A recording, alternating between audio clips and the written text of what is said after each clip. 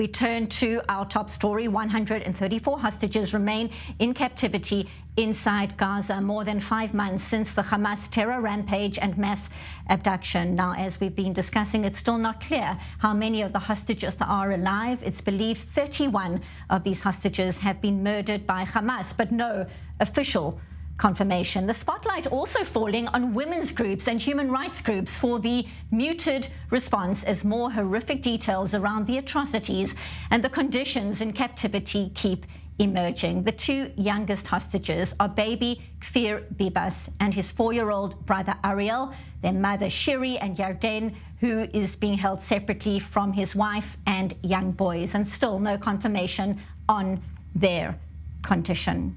And so now we welcome Yossi Shnaider, cousin of Shiri Bibas. Yossi, thank you so much for joining us once again on I-24 News. More than 5 months in captivity, difficult to imagine. Talks continue to secure a hostage truce deal with American, Egyptian, Qatari mediators in Cairo, and Israel still waiting for this list of the hostages who are alive. Your reaction, your thoughts on where things stand right now?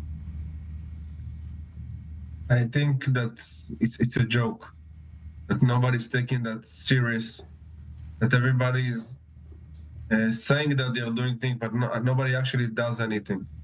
And if the world was so, it was so important to him, like he said, that he needs to release all the hostages, then he needs to threat Hamas and not to threat Israel, for Israel to stop the fighting right now. He needs to do everything that he can to make sure that Hamas will go down on his knees and beg us to stop. Because this is the only way that we're going to get all 134 people that have been hostage in Hamas.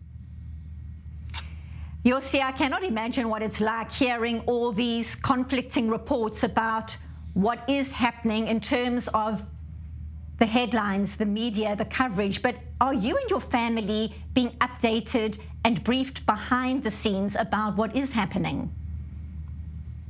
All we know from the news. We know exactly, like, what you know, that's what we know. Nobody's telling us anything. We don't know exactly what's happening.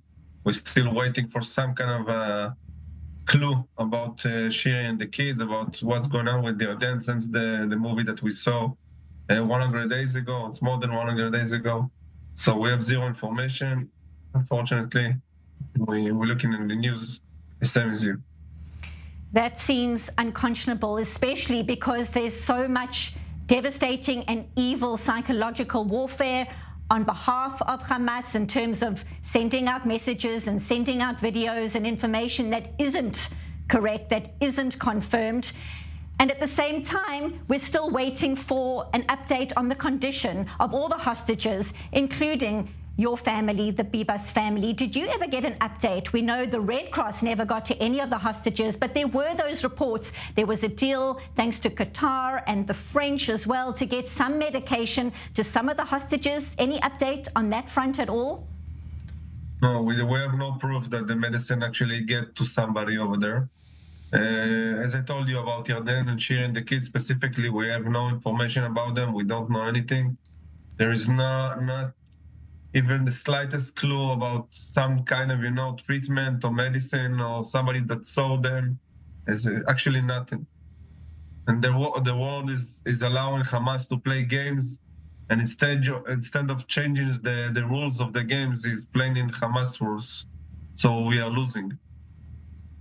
It's beyond devastating. It is truly unconscionable to think of what all the families are going through right now. We know that President Joe Biden spoke out during his State of the Union address in recent days, pledging he wouldn't rest until the hostages are home.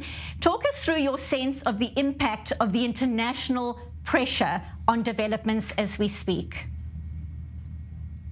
I don't think that there is a real pressure from the countries all over the world. There is no pressure at all. The only pressure that they're making is pressure on Israel. For Israel to stop the fighting, for Israel to get a ceasefire, for Israel to give humanitarian equipment, for Israel to do that and this. But nobody's making any pressure on Hamas to bring up people back. Nobody's showing any pressure on Hamas to give some kind of information about the conditions. There is no sense about it. It's been so many days, and so many months, and so many weeks, and still nobody saw them, and no doctor visit them, and the Red Cross still cannot go and see them, and then they don't allow anybody to check if they're alive or they're injured or they need something. It's unbearable. It's unbelievable, and the world keeps silence. All the Me Too organizations that scream if somebody will touch your elbow in your office, they will scream that he was raped. But right now that there is 19 young women that have been raped repeatedly for the last 155 days, nobody says anything.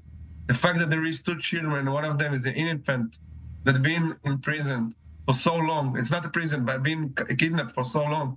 In the first time in history, okay, I'm not speaking about the Middle Age, I'm speaking about the history of common time. Nobody says anything, just making sad faces and promises. Nobody's screaming on the street.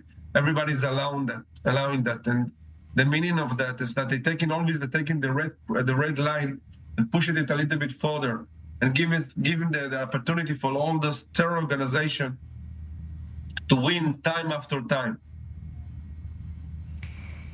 Yossi, I hope that you know that the heart of the nation is with you. You know the support that exists here, the nation praying for good news, the nation praying that you will be reunited with your family.